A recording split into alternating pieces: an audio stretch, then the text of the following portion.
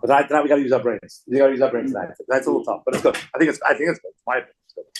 Who knows? So I know everything. I don't know. Okay, so we have like this. Right? You are second, not second. Parshas Ve'era, which discusses 7. Parshas Ve'era, which discusses 7 of the plagues. We're going to focus on the second of the plagues tonight. Dam is blood. The first. Friday is the frogs. Number 2. The frogs comes up in many Talmudic passages. The plague of frogs. I'm going to see one right now. Here it says, Hashem said to Moses, come to Pharaoh and say to him, send out my people that they may serve me. But if you refuse, I will strike your entire boundary with frogs. The river shall swarm with frogs. They shall ascend and come into your palace, and your bedroom, and your bed, and in your house, and your servants, and of your people, and into your ovens, and into your kneading bowls, whatever that is, and into you and your people, inside. And all your servants with the frogs ascend. So says the famous song. Frogs here, frogs there, frogs are something everywhere, right? So frogs are all over the place. Now, among the places it says, is that it's going to enter, this is the crucial word, it enters into your ovens. It enters into your ovens. That's what it says right here. So the Gemara has a fascinating Gemara. Difficult Gemara, fascinating Gemara, discussing these words. Tudas.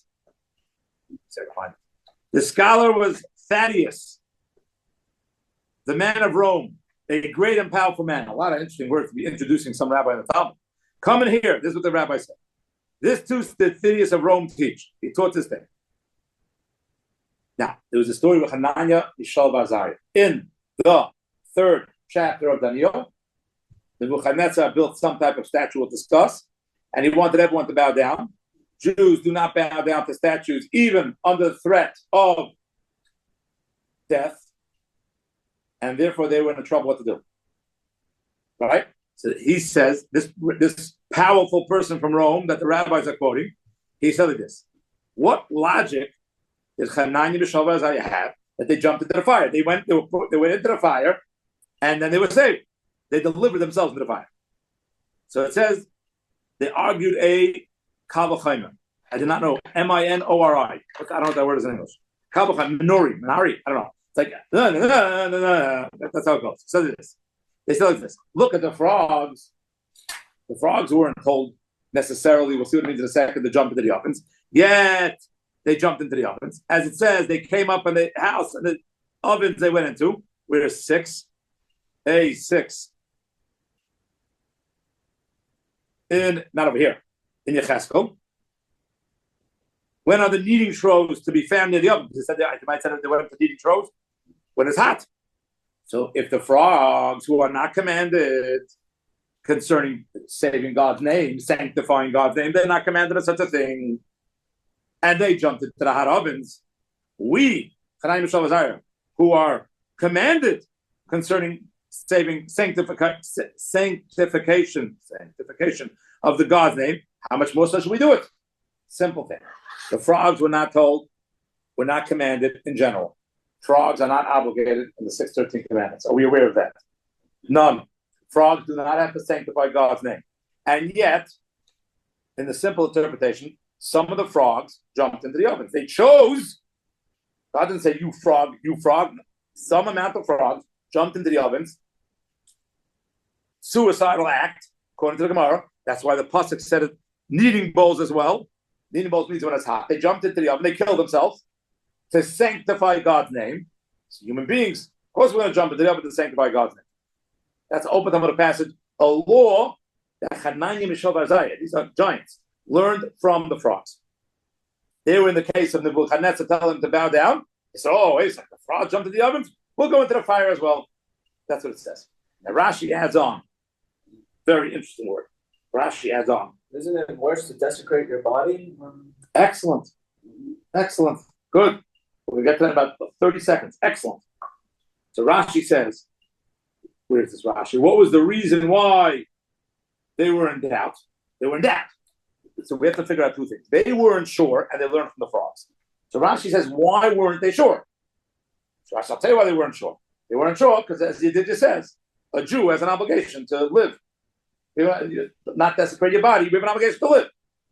One of the again relevant to 610 of the commandments. Given a choice, gone to your head to eat pig, eat pig.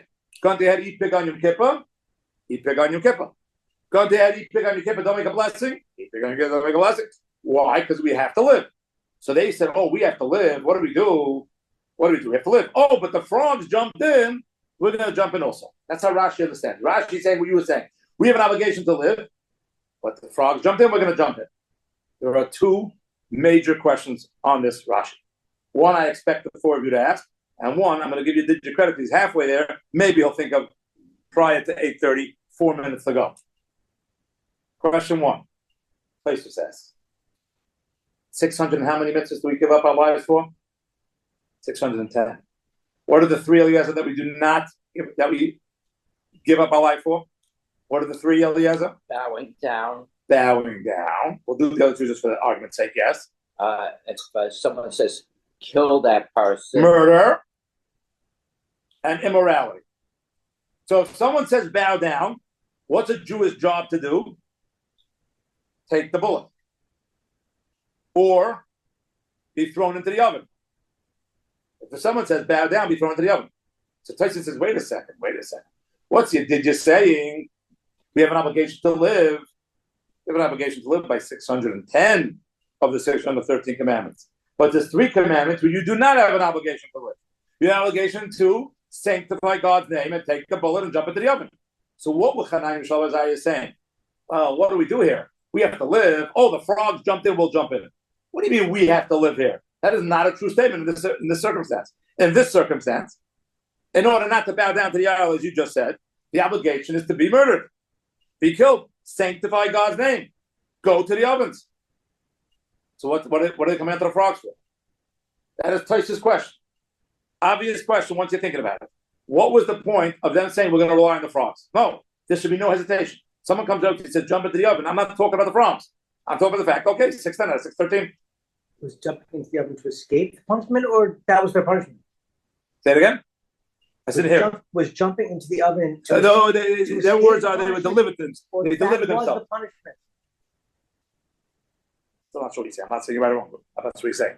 What was the punishment? The rules of God are the Nebuchadnezzar threw him into the fire. That was the question. So that was the punishment.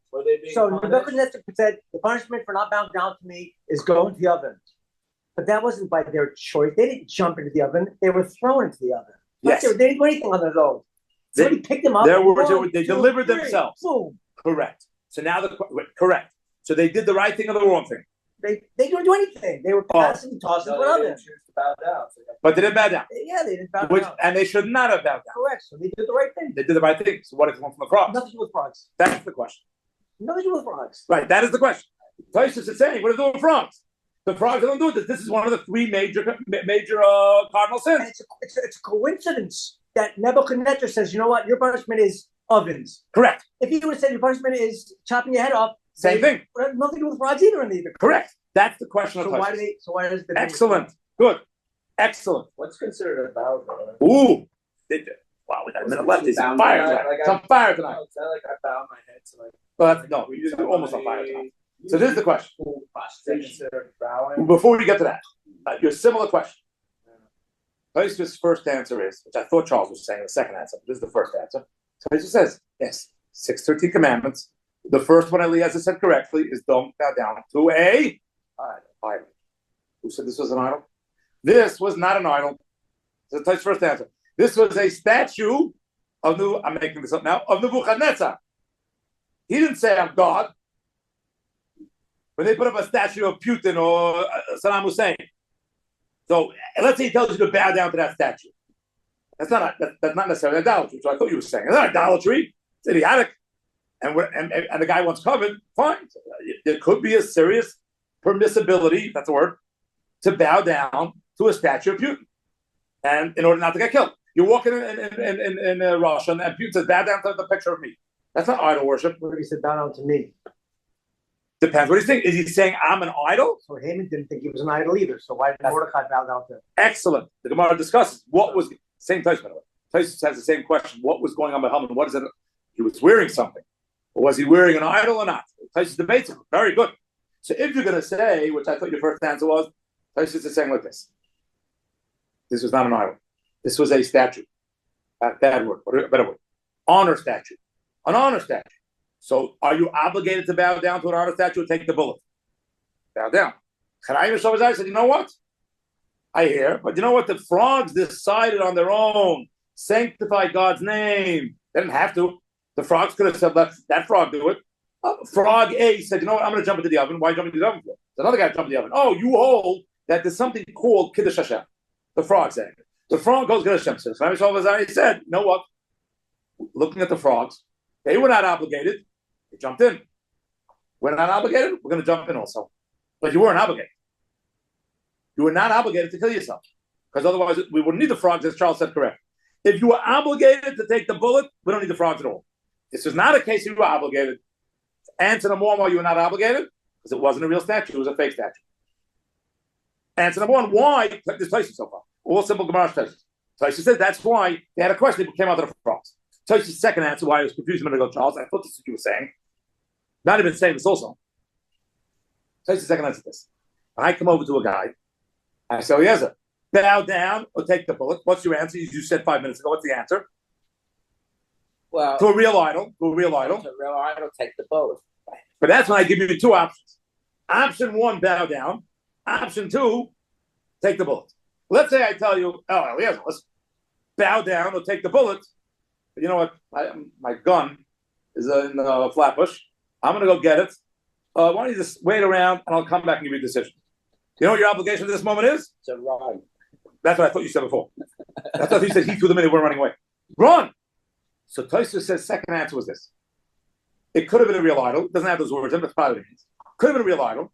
And in a normal situation, they wouldn't need the frogs because a real idol take the bullet. In this case, be thrown into the fire. But they had the opportunity to run. Oh, you have the opportunity to run, then run. And how do I know you had the opportunity to run? Because we didn't learn the story of Daniel yet. But in the story of Daniel, if you read Daniel in the prophet Daniel, where the story takes place, guess what? Daniel was there also. How many people thrown into the fire? Chananya, Mishael and Azarya, 3 people. But there were 4 people there. What happened to Daniel? Daniel had an hour to run. He said, okay, guys, nice seeing you. I'm on the first train out of here. So Tosfos is saying Daniel ran away because it's possible to run away. Okay, that's your obligation. You can run away. Save your life, as they did said earlier. Chananya Mishael and Azarya said, you know what? I could run away. Yeah, I'm allowed to run away. I have an opportunity to run away. But you know what? Look at the frogs.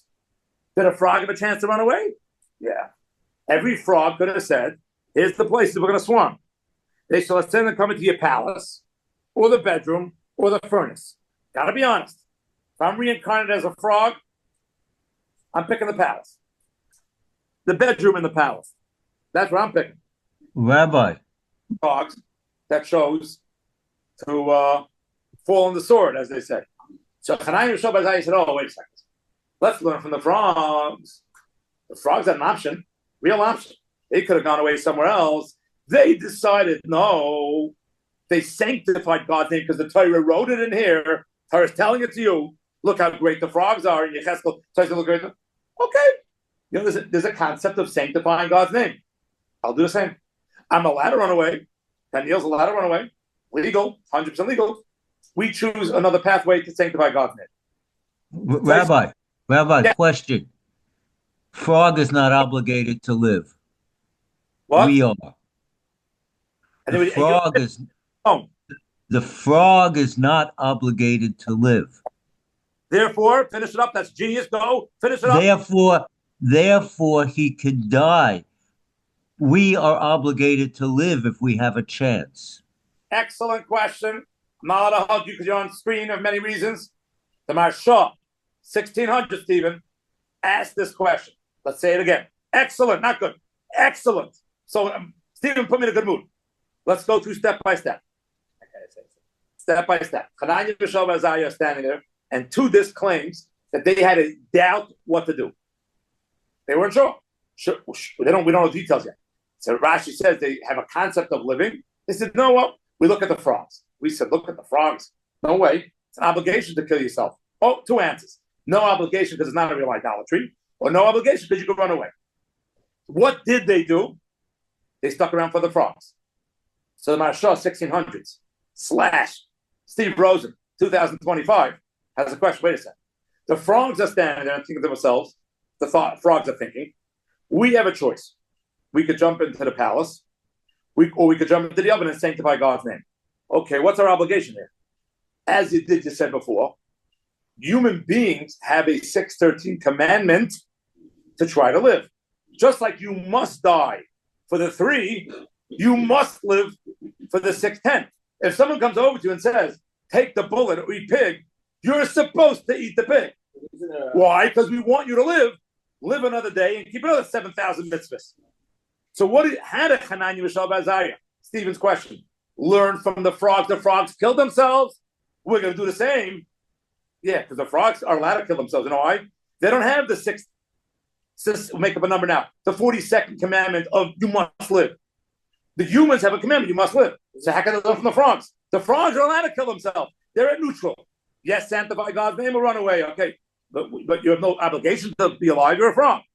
A human has an obligation to be alive. How does he do it? That's Stephen's question. So Brilliant. When King Henry VIII was forcing people to accept Yeshua, Yes. Isn't there though like a loop that if you're forced to That's what his Gemara is talking about. That's his Gemara. There's a question in certain categories of being forced. That's the Gemara that Charles has mentioned. We're not going down that road. That's a good question. We're going to the basic. The bomb question we have now is we have 2 bomb questions. One we answered. One is if it was an idol, they were obligated. So we have 2 answers. They could have ran away or it's not a real idol. Second question is Stephen's question. How do you learn from frogs anything? The frogs are irrelevant. They don't have an obligation. So the cheap way to answer Stephen's question, and when I say cheap, Stephen, I'm talking about me. I shouldn't even say such a word. Rabbis from 250 years ago say this. 2 rabbis I found from about 250 years ago say this. They have they say that obligation number 47 that you must live is voluntary. It's not an obligation. It's a nice thing to do.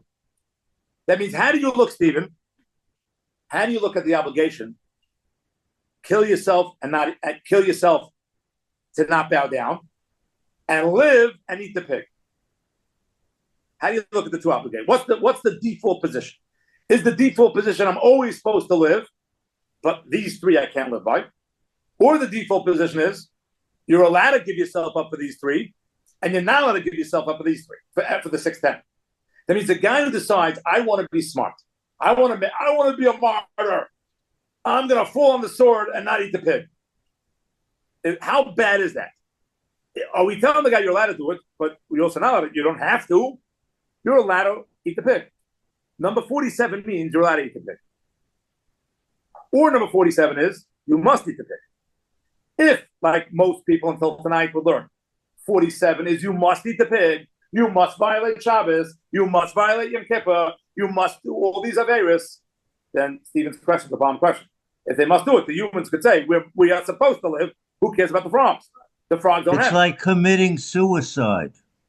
But if you say, the new answer now, according to these 2 rabbis from the 1600s, maybe 1700s, that no. You never must live. That's not true. Now, you used a funny word there. It's not I'm committing suicide. The guy put a gun to my head and said, eat the pig. So I'm saying, listen, I don't want to eat pig. You do it like Charles said 5 minutes ago. What was the word? You were passively standing. They let themselves get thrown into the oven. They let themselves get thrown into the oven for idolatry, and you can let yourself be thrown into the oven, not to eat pig. But you don't have to. If you don't have to, then you can look at the frogs and say the frogs are good. The frogs don't have to. They have no mitzvahs. Nor do I. So what is number 47 you must live? Is it you must live or you can live? That's the question. You can't commit suicide. According to this, they want to learn that this Gemara, I don't think we rule this way, but this Gemara is learning you can live, and therefore the frogs are involved, because the frogs can live too. So just like the frogs can live, not must live, they chose death. Chananya Mishael and Azarya say, you know what? We can live, not must live. We'll choose death, sanctify God's name. For your question. Frogs can commit suicide. We cannot. Well, yes and no. Again, when a person puts a gun to your head and says, eat pig, or I shoot you. When you're taking the bullet, I'm just going to your English right now. Are you calling that suicide, or are you calling that placing yourself to sanctify God's name? After eating chazar and Suicide. Oh, okay, that's what you meant. You're learning, correctly so, Stephen, in most Gemaras, that most of the Talmud learns that you must eat the pig. You must violate Shabbos to live, because living is the most valuable thing. That's what Stephen's saying. But Stephen also said that this Talmud passage is not learned that way. Because if you're right, Stephen, then your question comes back. You can't live from the frogs. So it has to be that they're learning in the frogs, at least, that it was not an obligation. It's like you can do what you want. We prefer, but we do what you want. Very confusing Gemara. If you learn this way, hold on. In Spain, Inquisition. The Inquisition. So you have to know. The debates, which I thought you was going to ask. You have to know in Spain was converting to that religion considered idolatry. That's always going to be there. Every religion there's a debate on. Right? The Rambam is Islam actual idolatry. So you have to debate. And if it's a real idolatry, then there's a mass exodus. Well, it was. But they left. Not ever. So the ones who didn't leave might have violated the law. It was worse. Yeah, but a lot of We're not defending them. A lot of them were secret Jews. Then okay, we're not getting into that. You're right. Not getting into that. And Rabbi, a better example is Portugal. Portugal, they gave them no choice. You convert or you die. Right. So then it becomes a question: what are you supposed to do? not everyone was able to. Correct. Also, when it And then it would be the end of the Jewish people one way or another. That's God's business. In fact, since you brought up Purim, on Purim, that's what Mordechai said. If the end of Jewish people, that's God's business. We have our obligations. If you believe, other people say no. That Nebuchadnezzar's idol was a public display on Chananya Mishael and Azarya. Not clear when you read the Psukim. It could be he felt for them and he was close to them, and he brought them into a private room, and he said, "Here, bow down." Some say that openly. It's not clear. Again, as a side thing, if it's a public desecration of God's name, then it could be an alley to tie your shoes. It means if it's a public desecration of God's name, then it doesn't apply to only 3 cardinal sins. It applies to all the rules. But we're not going into all those details. I know we're discussing that. So my point is that there's many cases of Mesiras Nefesh where people, for example, if they're inside of our camps and someone says, "Eat on Yom Kippur, I will kill you," and the guard says they don't eat, they're not allowed to eat, and he says, "You eat that." It's like, "I'm not eating," and he kills them. I mean, it happens. Correct. And in many of those cases, they were right. They were right not to eat. It's a public desecration. You have to know the motivation. That's what we discussed this years ago. I don't know if Steve remembers that. We did this years ago. Maybe my first or second year here. You also have to know there's a lot of factors, including in the fact there is going to be the motivation of the guy. When the Nazis telling the guy to eat, you have to know inside the head of a brutal person. Is he doing it for his pleasure? Because I can control you? Or is he doing it because he believes that, again, eating on your kippah, he believes his God is better? Not necessarily. It's not like the Nazi was a believer in a different God. He's just anti and trying to show you up. So when it's trying to show you up, I don't want to use the leniency here, because either way. But I'm saying the leniency is that if the guy is doing it for his own pleasure, that's a big umbrella. Pleasure's big umbrella on pleasure. Showing you up, then you do not necessarily have the law that for any little thing you have to give up your life. Like if there was public persecution, I see. Public persecution. But the guy is not publicly persecuting because it's a religious war. He's publicly persecuted because he's a jerk.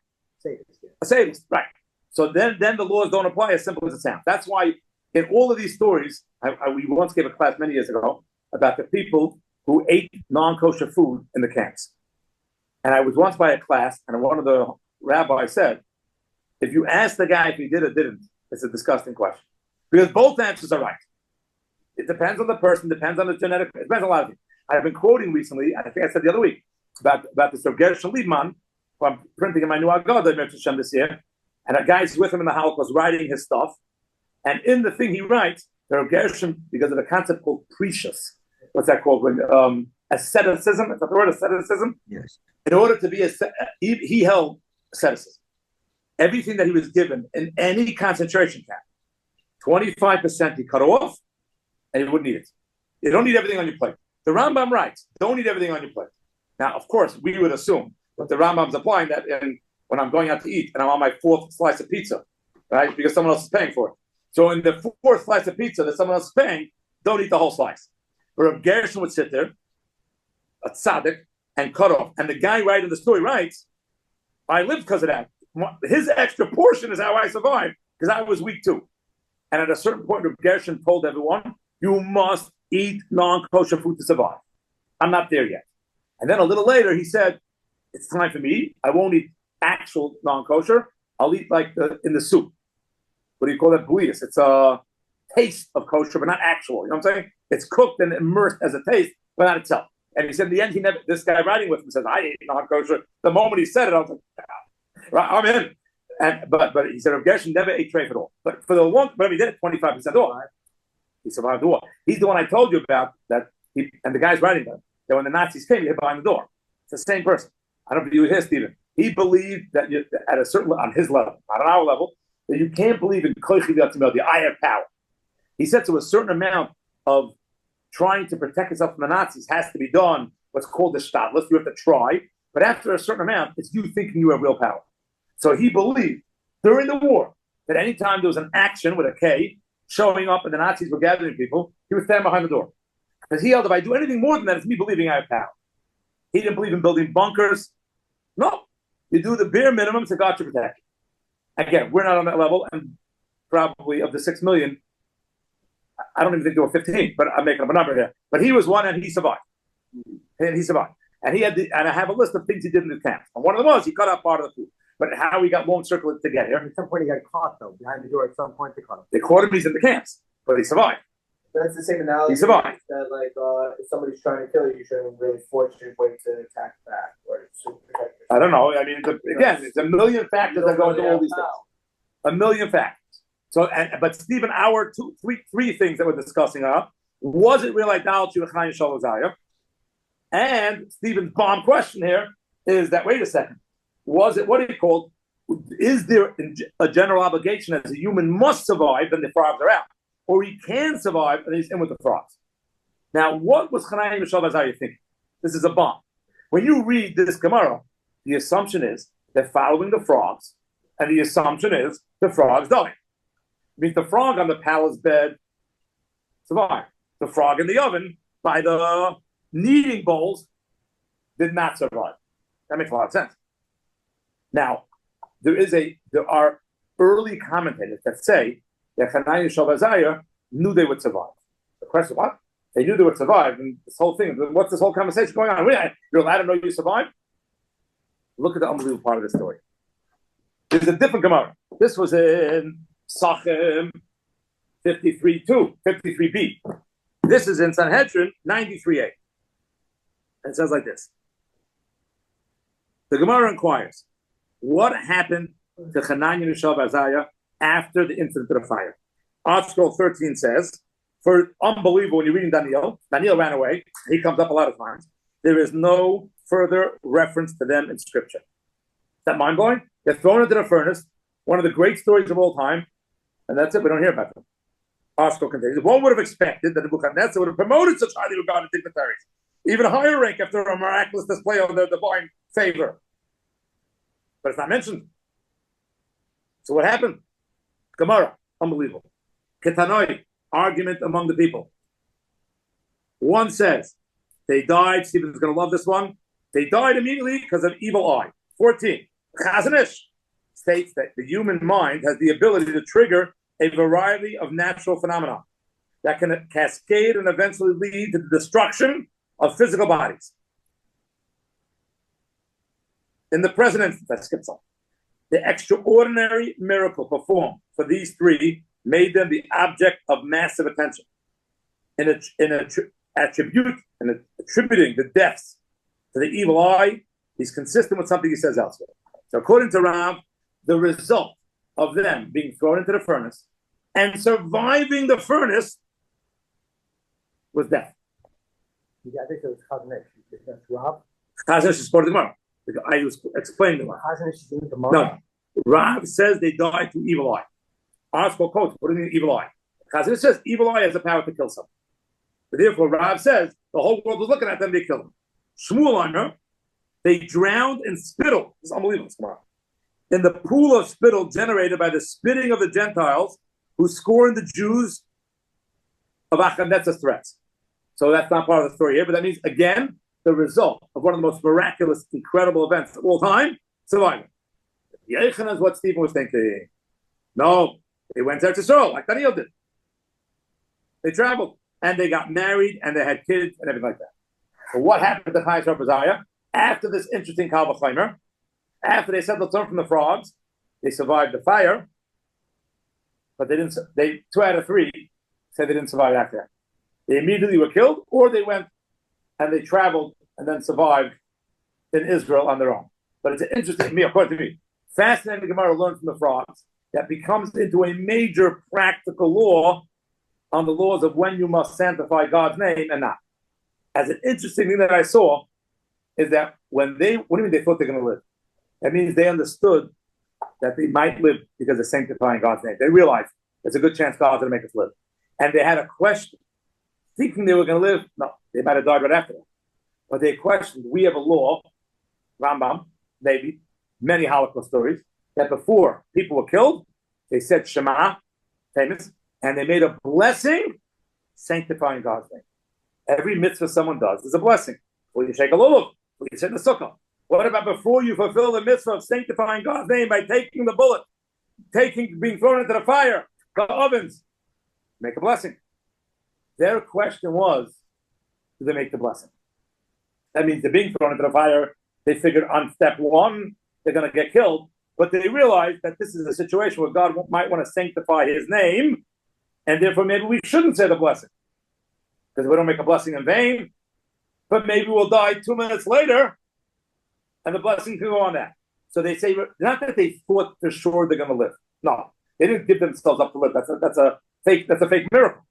If they knew they were wearing a fire suit, they were thrown in. That's not a miracle. No, they knew they might die. Their question, not they thought they were going to live. They thought there's a possibility they will live. Therefore, do we make the blessing or not? It was a blessing question. A blessing, Balatollah, if it doesn't occur. That was their debate. So we have a lot of stuff on Instinct, in my opinion, on Chananya Mishael and Azarya. What they learned from the frogs. Do we, in general, have an obligation? Did they survive this massive miracle? Were they obligated to make a blessing? We continue next week.